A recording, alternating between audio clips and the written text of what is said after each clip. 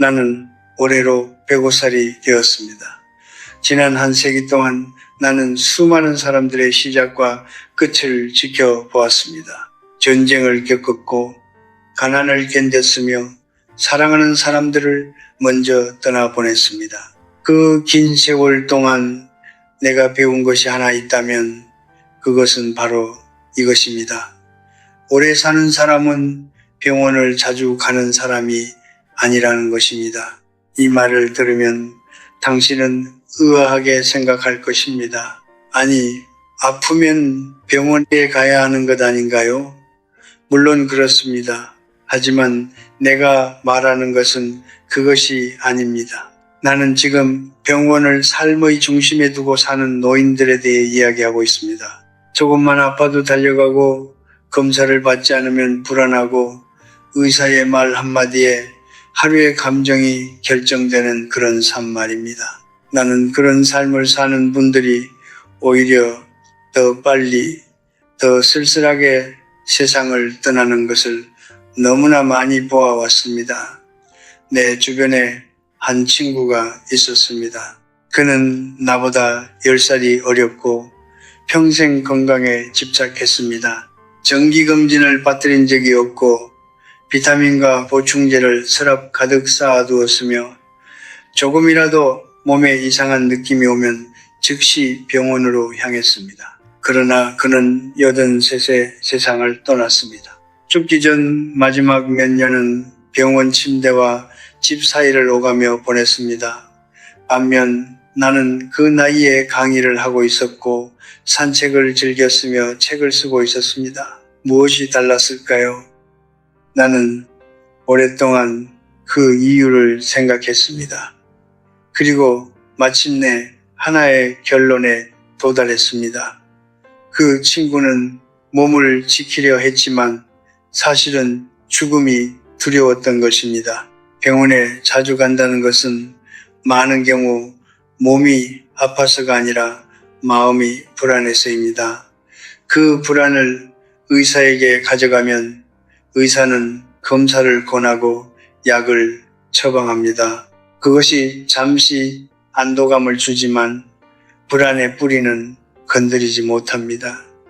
그래서 또 가게 됩니다. 또 가게 됩니다. 그렇게 반복되는 동안 몸은 스스로 회복하는 법을 잊어가고 마음은 점점 더 약해집니다. 오늘 나는 당신에게 5가지 이야기를 하려고 합니다. 의사도 선뜻 말하지 못하는 이야기들입니다. 불편할 수도 있습니다. 그러나 나는 105년을 살아온 사람으로서 이제 더 이상 불편한 진실을 미룰 나이가 아닙니다. 내가 드리고 싶은 것은 위로가 아닙니다. 내가 드리고 싶은 것은 당신이 남은 생을 두려움이 아닌 품위로 살아갈 수 있는 힘입니다. 병원이 아닌 당신 자신 안에서 그 힘을 찾는 방법입니다. 자, 그럼 시작하겠습니다. 내가 젊었을 때 우리 마을에는 의사가 없었습니다. 아프면 쉬었습니다. 더 아프면 더 쉬었습니다. 먹을 것이 없으면 굶었고 추우면 몸을 웅크렸습니다. 지금 생각하면 참 가혹한 시절이었습니다. 그러나 그 시절을 버텨낸 사람들은 이상하리만치 즐겼습니다. 쉽게 무너지지 않았고 웬만한 것에는 끄떡도 하지 않았습니다. 그때 나는 몰랐습니다. 그 고난이 사실은 우리 몸을 단련시키고 있었다는 것을. 병원은 훌륭한 곳입니다. 나는 의학을 존중하고 의사들의 헌신을 깊이 감사하게 생각합니다. 골절된 뼈를 붙이고 감염을 막고 위기의 순간에나 생명을 붙잡아 주는 것, 그것은 의학이 해낸 위대한 일들입니다. 그러나 병원이 할 수 없는 것이 있습니다. 병원은 당신을 건강하게 만들어줄 수 없습니다. 병원은 오직 당신이 무너졌을 때 그 무너짐을 늦춰주거나 되돌려 놓을 뿐입니다. 건강은 당신이 병원 밖에서 매일의 삶 속에서 스스로 만들어가는 것입니다. 이것을 혼동하는 사람들이 너무 많습니다. 특히 나이가 들수록 더욱 그렇습니다. 몸 여기저기서 신호가 옵니다. 무릎이 시리고 소화가 안 되고 잠이 깊지 않습니다. 그러면 병원에 갑니다. 검사를 받습니다. 이상이 없다고 합니다. 그런데도 불안합니다. 그래서 또 갑니다. 다른 병원에 가봅니다. 또 다른 검사를 받습니다. 이렇게 반복되는 사이 어느 순간 몸은 스스로 신호를 조절하는 능력을 잃어버립니다. 외부의 판단에 의존하는 것에 너무나 익숙해진 나머지 자기 몸의 언어를 스스로 읽는 법을 잊어버리는 것입니다. 나는 이것을 의존이라고 부릅니다. 그리고 의존은 조용히 그러나 확실하게 사람을 약하게 만듭니다. 내가 아는 한 제자가 있었습니다. 그는 65세 은퇴하자마자 건강검진을 습관처럼 받기 시작했습니다. 처음에는 1년에 한 번이었습니다. 그것이 반년에 한 번이 되었고 나중에는 2달에 한 번이 되었습니다. 그는 검진 결과지를 파일로 모아두었고 수치 하나하나에 일희일비했습니다. 콜레스테롤 수치가 조금 올라가면 며칠을 불안해했고 혈압이 정상으로 나오면 그제야 한숨을 쉬었습니다. 그의 삶의 리듬이 병원 예약 날짜를 중심으로 돌아가기 시작했습니다. 나는 그를 볼 때마다 마음이 무거웠습니다.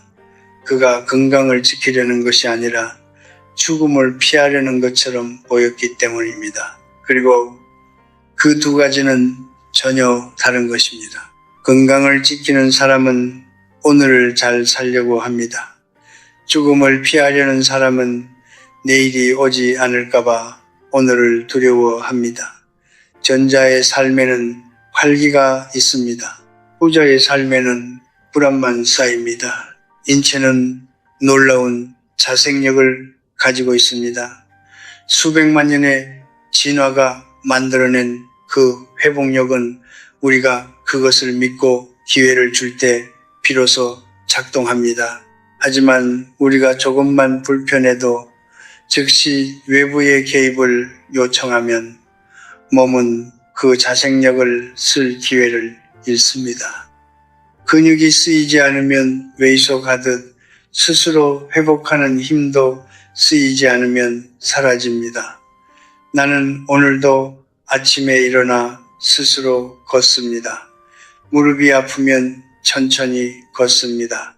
소화가 안 되면 조금 덜 먹습니다. 잠이 깊지 않으면 그 고요 속에서 생각을 정리합니다. 나는 내 몸의 신호를 두려움이 아닌 정보로 받아들입니다.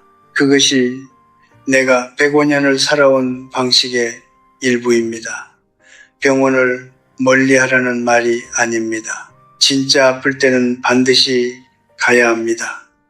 내가 말하고 싶은 것은 이것입니다.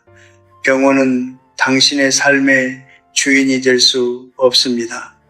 당신 몸의 주인은 오직 당신이어야 합니다. 나는 평생 많은 의사 친구들을 두었습니다. 그들은 하나같이 성실하고 헌신적인 사람들이었습니다. 새벽에도 환자 곁을 지키고 명절에도 병원을 떠나지 못했습니다.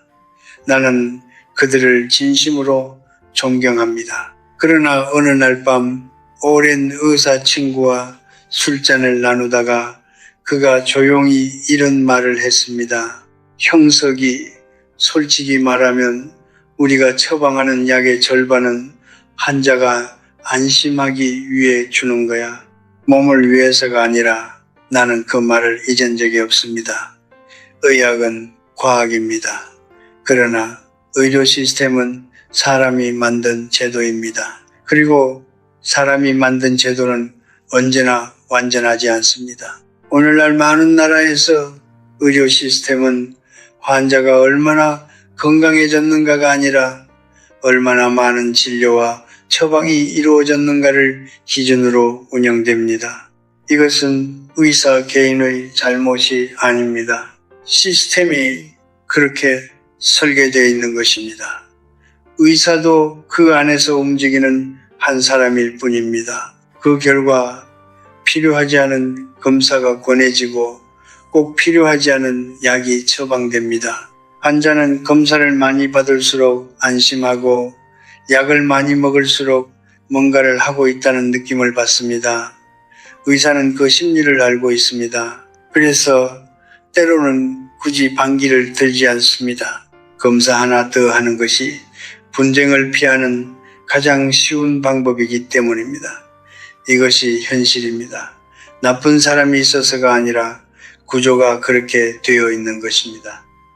문제는 그 과정에서 인체가 치르는 대가입니다.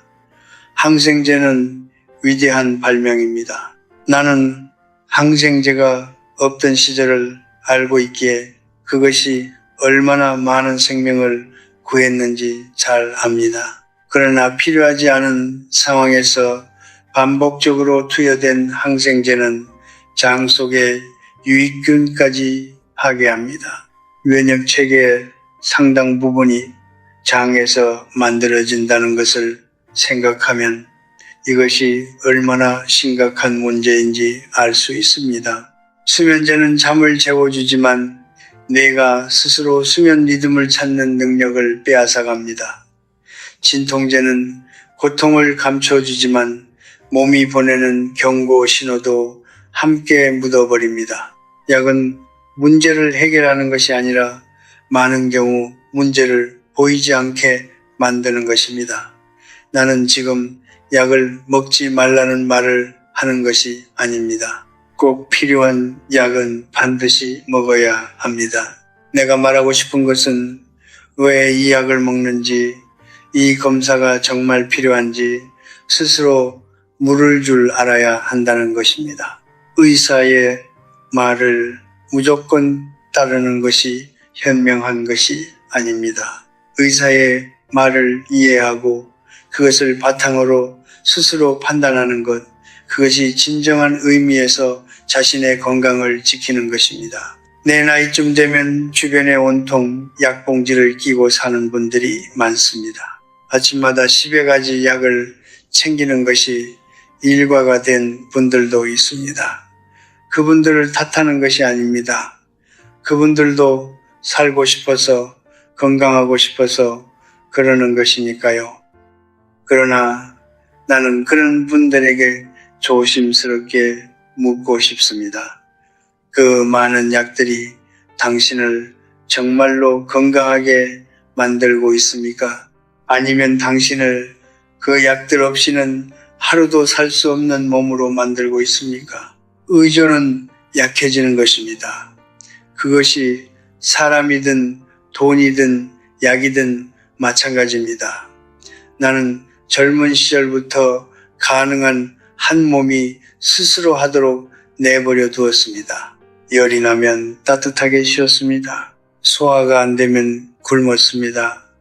관절이 아프면 무리하지 않되 완전히 멈추지도 않았습니다. 그것이 나만의 방법이었습니다. 모든 사람에게 맞는 방법은 아닐 수 있습니다. 그러나 내가 확신하는 것은 이것입니다. 몸을 믿지 않는 사람은 결국 몸에게도 버림받는다는 것입니다. 당신의 몸은 당신보다 훨씬 오래된 지혜를 가지고 있습니다. 그 지혜를 존중하십시오. 그리고 그 지혜를 섣불리 약병으로 대체하지 마십시오. 내가 50년 넘게 대학에서 학생들을 가르치면서 깨달은 것이 하나 있습니다. 사람은 자신의 진짜 감정을 좀처럼 입에 올리지 않는다는 것입니다. 슬프다고 말하는 대신 피곤하다고 말합니다. 무섭다고 말하는 대신 아프다고 말합니다. 외롭다고 말하는 대신 몸 여기저기가 쑤신다고 말합니다. 이것은 약함이 아닙니다. 이것은 우리가 살아온 방식입니다. 감정을 드러내는 것보다 몸의 증상을 호소하는 것이 훨씬 덜 부끄럽고 훨씬 더 받아들여지기 쉬운 세상에서 우리는 자랐습니다. 그러나 나는 지금 당신에게 조심스럽지만 분명하게 말하고 싶습니다. 노년에 병원을 자주 찾는 분들 중 상당수는 사실 몸이 아픈 것이 아닙니다. 마음이 아픈 것입니다. 이것은 내 짐작이 아닙니다. 수많은 연구들이 이미 이것을 보여주고 있습니다. 노인 외래 환자의 방문 이유를 분석해보면 신체적 이상보다 심리적 불안에서 비롯된 경우가 훨씬 많다고 합니다. 특히 혼자 사는 노인, 자녀와 연락이 뜸한 노인, 은퇴 후 사회적 역할을 잃어버린 노인일수록 병원 방문 빈도가 급격히 높아집니다. 병원은 그분들에게 의료기관이기도 하지만 동시에 누군가와 이야기를 나눌 수 있는 유일한 공간이기도 합니다. 의사에게 증상을 설명하는 그 몇 분이 그날 하루 동안 나눈 유일한 대화인 경우도 있습니다. 나는 그것을 생각할 때마다 가슴이 먹먹해집니다. 오래전 내 동료 교수가 한 분 있었습니다. 평생을 연구와 강의에 바친 훌륭한 학자였습니다. 그는 은퇴 후 얼마 지나지 않아 갑자기 자주 아프기 시작했습니다. 병원에 가면 별다른 이상이 없다고 했습니다. 그러나 그는 계속해서 이 병원, 저 병원을 전전했습니다. 나는 어느 날 그를 찾아가 조용히 물었습니다. 자네, 요즘 무엇이 즐거운가? 그는 한참 동안 말이 없었습니다. 그리고 작은 목소리로 이렇게 말했습니다. 즐거운 게 없어. 나를 필요로 하는 사람이 아무도 없거든. 나는 그제야 알았습니다. 그가 병원을 찾는 것은 치료를 받기 위해서가 아니었습니다. 자신이 아직 존재한다는 것을 누군가에게 확인받기 위해서였습니다. 그 친구는 그로부터 3년 뒤 세상을 떠났습니다. 병사가 아니었습니다. 그냥 꺼져가듯 사라졌습니다. 삶의 이유가 먼저 떠난 것입니다. 외로움은 병입니다. 그것도 아주 무서운 병입니다. 연구에 따르면 만성적인 외로움은 하루에 담배 15개비를 피우는 것만큼이나 건강에 해롭다고 합니다. 면역 체계를 무너뜨리고 심장을 약하게 하고 인지 기능을 떨어뜨립니다. 그러나 병원에 어떤 처방전에도 외로움을 고치는 약은 없습니다. 혈액 검사로는 외로움이 잡히지 않습니다. MRI 사진 어디에도 외로움의 흔적은 보이지 않습니다. 그래서 의사는 오늘도 검사 수치를 보며 별 이상 없습니다. 라고 말하고 환자는 집으로 돌아가 또 혼자 앉아 있습니다. 나는 지금 당신에게 묻고 싶습니다.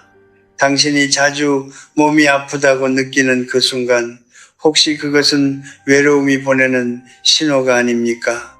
누군가와 밥을 먹고 싶다는 신호, 누군가에게 오늘 있었던 일을 이야기하고 싶다는 신호, 나를 기억해 주는 사람이 있다는 것을 확인하고 싶다는 신호가 아닙니까? 나는 100살이 넘었지만 지금도 사람들을 만납니다. 제자들과 이야기를 나누고 책을 통해 오래전에 죽은 철학자들과 대화합니다. 걷는 길에서 마주치는 낯선 사람에게 가볍게 인사를 건넵니다. 이 모든 작은 연결들이 나를 살아있게 하는 것들입니다. 병원이 해준 것이 아닙니다. 내가 의식적으로 선택한 것들입니다. 외로움을 병원으로 해결하려 하지 마십시오. 병원은 그 해답을 가지고 있지 않습니다. 외로움의 해답은 오직 사람과의 연결, 그리고 스스로의 삶에서 의미를 찾는 것에 있습니다. 그것이 어렵게 느껴진다면 아주 작은 것부터 시작하십시오. 오늘 한 사람에게 먼저 연락하십시오. 오늘 한 가지 당신이 좋아했던 것을 다시 꺼내보십시오. 그 작은 행동이 어떤 처방전보다 강한 약이 될 수 있습니다. 몸이 아프기 전에 먼저 마음을 돌보십시오. 그것이 내가 105년을 살아오면서 깨달은 가장 단순하고 가장 중요한 진실입니다. 나는 매일 아침 4시에 일어납니다. 105살의 나이에도 그렇습니다. 알람이 있어서가 아닙니다. 먹고 살기 위해서도 아닙니다. 그저 이른 아침에 그 고요함이 좋아서입니다. 커튼 사이로 스며드는 새벽빛을 바라보며 차 한 잔을 마시고 어제 읽다 멈춘 책을 다시 펼칩니다. 그 한 시간이 나에게는 어떤 비타민보다 강한 하루의 시작입니다. 누가 내게 장수의 비결을 물으면 나는 언제나 이 새벽의 고요함을 먼저 이야기합니다.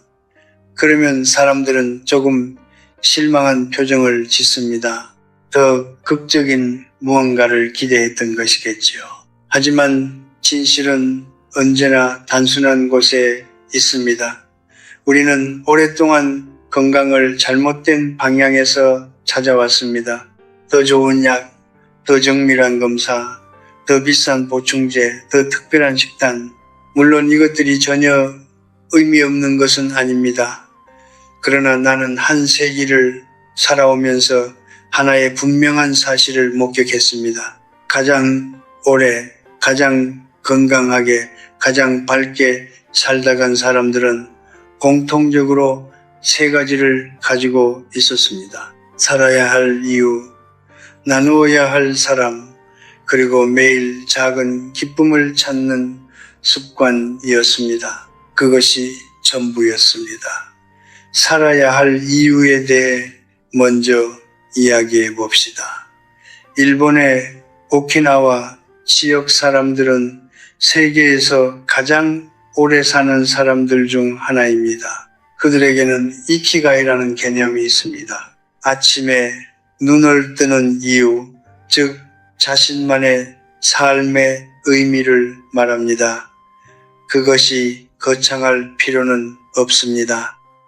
손녀의 웃음을 보기 위해서일 수도 있고 매일 가꾸는 작은 텃밭일 수도 있으며 오래된 친구에게 편지를 쓰는 것일 수도 있습니다. 중요한 것은 크기가 아니라 그것이 진심으로 나를 끌어당기는가 하는 것입니다. 아침에 눈을 떴을 때 오늘 해야 할 일이 있다는 거, 오늘 만나고 싶은 사람이 있다는 거, 오늘 완성하고 싶은 무언가가 있다는 거, 이 작은 당김의 힘이 어떤 강심제보다 강하게 심장을 뛰게 합니다. 나는 90을 넘긴 이후에도 글을 써왔습니다. 몸이 허락하는 한 강의를 했습니다. 누군가는 그 나이에 무슨 욕심이냐고 했습니다. 그러나 나에게 그것은 욕심이 아니었습니다. 그것이 나를 살아있게 하는 것이었습니다. 붓을 들고 생각을 정리하는 그 시간 동안 나는 105살이 아니었습니다. 나는 그냥 생각하는 사람이었습니다. 나이를 잊게 해주는 것, 그것이 바로 삶의 이유가 주는 선물입니다. 다음은 나누어야 할 사람입니다. 인간은 홀로 살도록 만들어진 존재가 아닙니다. 따뜻한 관계는 사치가 아니라 생존의 조건입니다. 하버드 대학교에서 수십 년에 걸쳐 진행한 연구가 있습니다.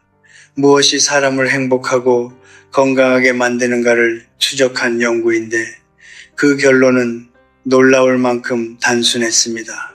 좋은 관계가 우리를 건강하게 지켜준다는 것이었습니다. 재산도 명예도 유전자도 아니었습니다. 오직 관계였습니다. 내 곁에 힘들 때 손을 내밀어 줄 사람이 있다는 것, 기쁜 일이 생겼을 때 함께 웃어줄 사람이 있다는 것. 이것이 면역 체계를 강화하고 뇌를 건강하게 유지하며 심장을 오래 뛰게 합니다. 나는 아내를 먼저 보냈습니다. 그 후 오랫동안 집 안이 너무 조용했습니다. 그 고요함은 평화로운 고요함이 아니었습니다. 텅 빈 고요함이었습니다. 나는 그때 깨달았습니다. 내가 얼마나 그 사람의 존재에 기대어 살았는가를. 그리고 그 이후 나는 의식적으로 사람들을 향해 나아가기로 했습니다. 제자들을 만났고 이웃과 이야기를 나누었으며 편지를 썼습니다. 그것이 나를 다시 일으켜 세웠습니다. 누군가를 위해 존재한다는 것, 그것은 어떤 영양제보다 강하게 몸을 지탱해 줍니다. 마지막으로 매일의 작은 기쁨입니다. 거대한 행복을 기다리는 사람은 행복하기 어렵습니다. 행복은 특별한 날에 오는 것이 아니라 평범한 날들이 쌓이면서 만들어지는 것이기 때문입니다. 나는 오늘 아침 마신 차의 따뜻함이 좋았습니다. 창밖에 내리는 빗소리가 좋았습니다. 어제 읽은 책의 한 문장이 아직도 마음에 맴돌고 있습니다. 이것들이 나의 행복입니다. 소박하고 값싸고 누구나 누릴 수 있는 것들입니다. 그러나 이것들을 느끼는 능력, 이것들에 감사하는 능력이야말로 105년을 살아오면서 내가 가장 소중히 여겨온 능력입니다. 당신에게 묻고 싶습니다. 오늘 하루 단 한 가지라도 당신의 마음을 따뜻하게 해준 것이 있었습니까? 그것이 무엇이었습니까? 그것을 기억하십시오. 그리고 내일도 그 다음 날도 그 작은 것들을 찾으십시오. 그 습관이 쌓이면 당신의 몸과 마음은 어떤 처방전도 해주지 못하는 방식으로 단단해질 것입니다. 삶의 의미, 따뜻한 관계, 그리고 매일의 작은 기쁨, 이 세 가지는 어떤 약국에서도 팔지 않습니다. 그러나 이 세 가지야말로 내가 105년을 살아오면서 발견한 가장 강력한 건강의 토대입니다. 나는 지금부터 아무도 쉽게 꺼내지 않는 이야기를 하려고 합니다. 불편하실 수도 있습니다. 그러나 나는 105살입니다. 이 나이가 되면 불편한 진실을 피해 돌아갈 시간이 없습니다. 오히려 이것을 말하지 않고 끝낸다면 나는 당신에게 가장 중요한 것을 숨긴 채 작별 인사를 하는 것이 됩니다. 그래서 말합니다. 죽음에 대하여, 정확히는 좋은 죽음에 대하여 우리 사회는 죽음을 입에 올리는 것을 두려워합니다. 죽음을 이야기하면 불길하다고 합니다. 노인이 죽음을 준비한다고 하면 가족들이 펄쩍 뜁니다. 그러나 생각해 보십시오. 우리는 결혼을 준비합니다. 여행을 준비합니다. 노후를 준비합니다. 그런데 왜 유독 죽음만은 준비하면 안 되는 것입니까? 죽음은 삶의 끝이 아닙니다. 죽음은 삶의 마지막 장입니다. 그리고 마지막 장을 어떻게 쓰느냐는 그 사람이 어떤 삶을 살았는가만큼이나 중요합니다. 나는 지금까지 수많은 죽음을 지켜보았습니다. 전쟁터에서의 죽음, 굶주림 속에서의 죽음, 병원 침대 위에서의 죽음, 그리고 집에서 조용히 눈을 감는 죽음, 그 모든 죽음을 보면서 내가 깨달은 것이 있습니다. 죽음의 방식은 크게 두 가지로 나뉜다는 것입니다. 하나는 죽음에게 끌려가는 것이고 다른 하나는 죽음을 맞이하는 것입니다. 끌려가는 사람은 마지막 순간까지 두려움 속에 있습니다. 맞이하는 사람은 마지막 순간에도 평온합니다. 그 차이는 타고난 운명이 아닙니다. 살아온 방식에서 비롯됩니다. 내 아내가 세상을 떠나던 날을 기억합니다. 그녀는 병원 침대가 아닌 집에서 자신이 가장 사랑하는 창가의 빛 속에서 눈을 감았습니다. 마지막 몇 달 동안 그녀는 자신의 죽음을 알고 있었습니다. 그리고 그것을 받아들였습니다. 자녀들에게 하고 싶은 말을 다 했고, 오래된 친구들에게 편지를 썼으며, 자신이 좋아하는 음악을 듣고 좋아하는 책을 다시 읽었습니다. 그녀의 마지막은 쓸쓸하지 않았습니다. 온갖 의료 장비에 연결된 채 의식도 없이 병원 침대에 수개월을 누워있다가 떠난 분들도 있었습니다. 가족들은 그분을 살리기 위해 모든 것을 다 했습니다. 그러나 당사자는 그 긴 시간 동안 무엇을 경험했을까요? 나는 그것을 생각할 때마다 마음이 무겁습니다. 사랑하는 마음은 이해합니다. 그러나 때로는 놓아드리는 것이 더 큰 사랑일 수 있습니다. 의사들도 이것을 압니다. 많은 의사들이 사적인 자리에서 고백합니다. 정작 자신이나 가족이 그런 상황이 된다면 무의미한 연명 치료는 원하지 않는다고. 그러나 의료 시스템 안에서 그것을 공개적으로 말하기는 쉽지 않습니다. 가족의 동의 없이는 아무것도 결정할 수 없고 법적인 책임의 문제도 있습니다. 그래서 의사들은 오늘도 조용히 알고 있지만 차마 먼저 말을 꺼내지 못합니다. 그렇다면 누가 말해야 합니까? 바로 당신 자신입니다. 좋은 죽음은 갑자기 찾아오는 것이 아닙니다. 준비한 사람에게만 주어지는 것입니다. 그 준비는 거창하지 않아도 됩니다. 자신이 어떤 마지막을 원하는지 가족에게 솔직하게 이야기하는 것, 연명치료에 대한 자신의 생각을 미리 문서로 남겨두는 것, 아직 하지 못한 말이 있다면 지금 하는 것, 용서하지 못한 사람이 있다면 지금 용서하는 것, 고마운 사람이 있다면 지금 감사를 전하는 것, 이것들이 좋은 죽음을 준비하는 방법입니다. 나는 이미 오래전에 내 마지막에 대해 생각해 두었습니다. 병원에서 기계에 연결된 채 끝내고 싶지 않습니다. 내가 사랑하는 책들과 함께 내가 늘 바라보던 창가의 빛 속에서 내가 살아온 날들에 감사하며 조용히 눈을 감고 싶습니다. 그것이 나의 바람입니다. 이것을 말하는 것이 불길한 것이 아닙니다. 이것이야말로 가장 성숙하고 가장 용감하며 가장 사랑스러운 준비입니다.